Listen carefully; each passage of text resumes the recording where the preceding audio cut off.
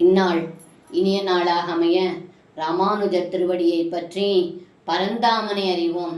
தினம் ஒரு நாராயணீயம். 78வது தசகம் ஸ்ரீ பலராமனின் திருமணம்.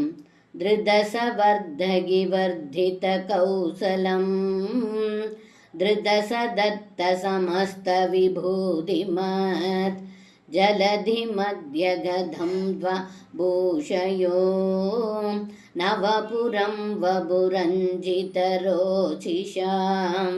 இந்த பாடலுக்கு அர்த்தம்: ஏ குருவாயூரப்பா, தாங்கள் கடலின் நடுவே தேவ சிற்பியான விஸ்வகர்மாவை கொண்டு அவருடைய திறமைகள் அனைத்தும் காட்டி அழகான துவாரகையை நிர்மாணித்தீர்கள்.